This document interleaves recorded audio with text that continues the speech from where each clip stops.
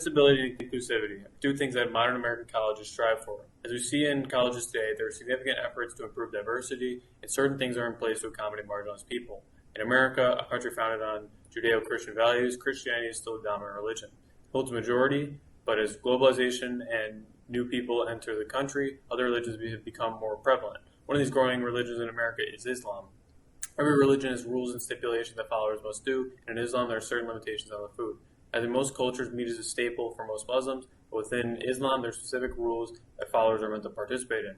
While I was in my Indonesian language learning class, there was a new teaching assistant from Indonesia, and I would always see her receiving food from the teacher.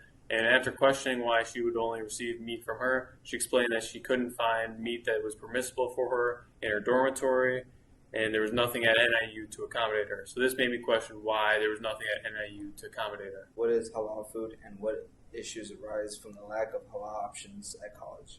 And how does this affect students and their performance?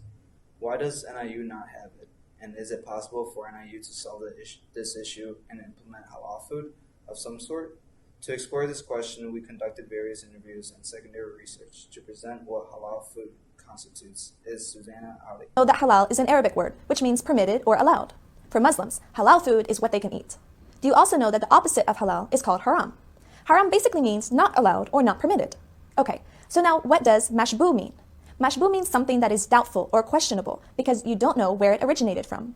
It means that we need more information about the food product's ingredients to make sure they're halal. Pork and alcohol are the two main ingredients that are haram, so we definitely do not use them in making halal foods. Now that you can understand what halal food is, we will now demonstrate the problem with the lack of halal options at colleges through various interviews that we conducted. I forgot which one you said you've been here. This is your first semester? Yes. Okay, so when you first got here, I don't know if you had connections or whatnot, but how did you get to this halal meat? Because I don't think you had a car, I right? was lucky because my friend was already here since last year. Okay, so he knew where to get halal meat, and he informed me, and I was able to get it, right? We didn't reach out to NIU. But it would be, I would be delighted if they did offer halal options in their eat-out dining places. But if you didn't have a car, I didn't have a car when I came here. So what did you do? So for 1 month I didn't have meat, So can you tell me about the effects of not having the meat? How did this affect you on a day-to-day basis?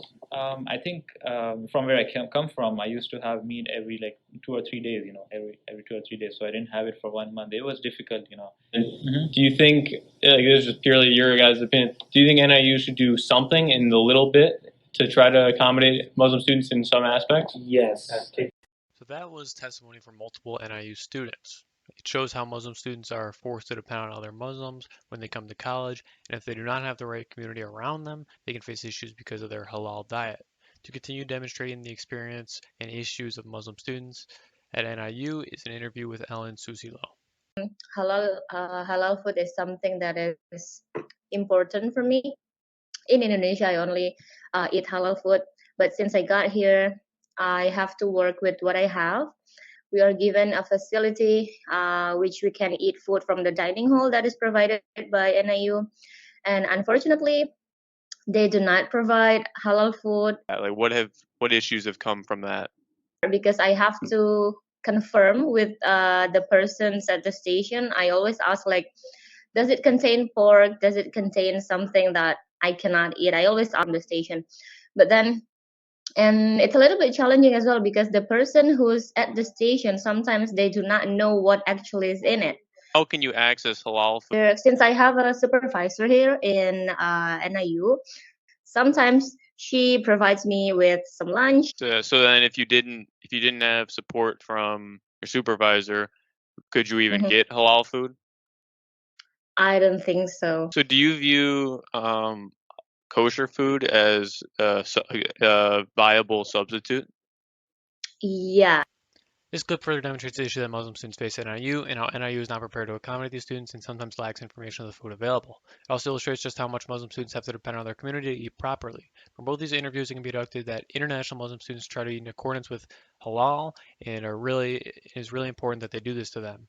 And this can be connected to the paper Halal Diet of Muslim Students Transition from Home to Campus, because this paper explores the vast differences between international Muslim students and American Muslims, and this impacts the demand for halal food and everything around it. To continue is an interview with a food executive at NIU to understand why there's not halal food at NIU. I'm Dan Kanan. I'm the executive director of campus dining. So I see like on the online that there's requests made for dietary restrictions and whatnot.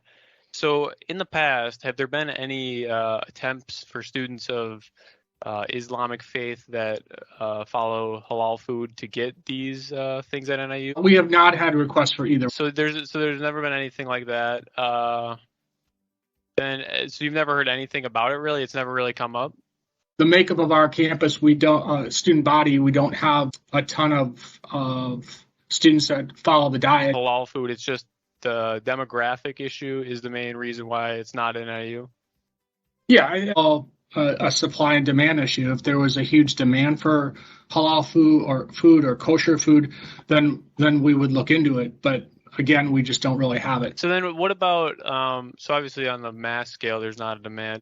Like, so if there's an individual who needs it, right, let's just say an international student, what would they do? Like, how would NIU help them?